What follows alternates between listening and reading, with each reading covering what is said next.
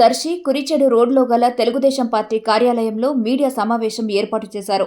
ఈ సందర్భంగా కూటమి అభ్యర్థి డాక్టర్ గొట్టిపాటి లక్ష్మి మాట్లాడుతూ మద్యపాన నిషేధం పేరుతో జగన్ రెడ్డి 1,00,000 కోట్లు లూటీ చేశారని, కల్తీ మద్యంతో వేల మంది మహిళల మంగళసూత్రాలను తెంచిన వ్యక్తి జగన్ రెడ్డి అని అన్నారు.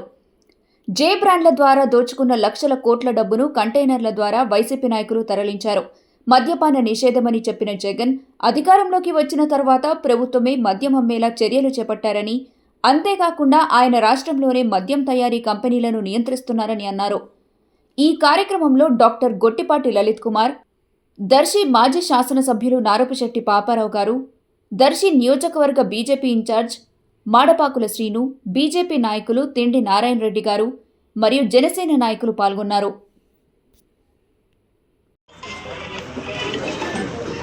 మీడియా మిత్రులందరికీ నమస్కారం. ఈరోజు రాష్ట్రం పరిస్థితి చూస్తుంటే చాలా బాధగా ఉంది. మద్య నిషేధం చేసి మహిళలకు అండగా ఉంటాను అన్న ఈ వైసీపీ ప్రభుత్వం వాళ్ళే మద్యం మాఫియా, మద్యం బ్లాక్ మార్కెట్ లాగా నడుపుతున్నారు. ఇప్పుడు చూస్తుంటే మహిళలకు అంతా మాట ఇచ్చారు, మద్య నిషేధం అని మాట ఇచ్చి మహిళల్ని మోసం చేశారు. ఈ 5 ఏళ్లలో ఎక్కడా కూడా మద్యం సేవించే వాళ్ళ సంఖ్య పెరుగుతూనే ఉంది, కానీ తగ్గిన దాఖలాలు లేవు.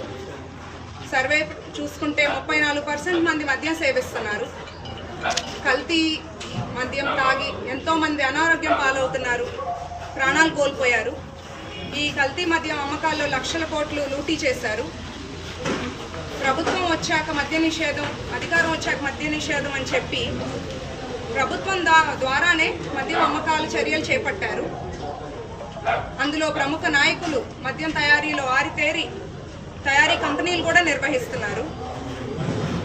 మహిళలను మోసం చేసి మద్య నిషేధం అనే మాట తప్పిన వీళ్ళకి అంతా మహిళా శక్తి ఏకమై రేపు సమాధానం చెప్తారు. రహదారులు, R&B రహదారుల దగ్గర మద్యం షాపులు ఉండకూడదని సుప్రీంకోర్టులు ఉత్తర్వులు ఇచ్చినా అది ఏమీ పట్టించుకోకుండా ప్రభుత్వం నడుచుకుంటుంది.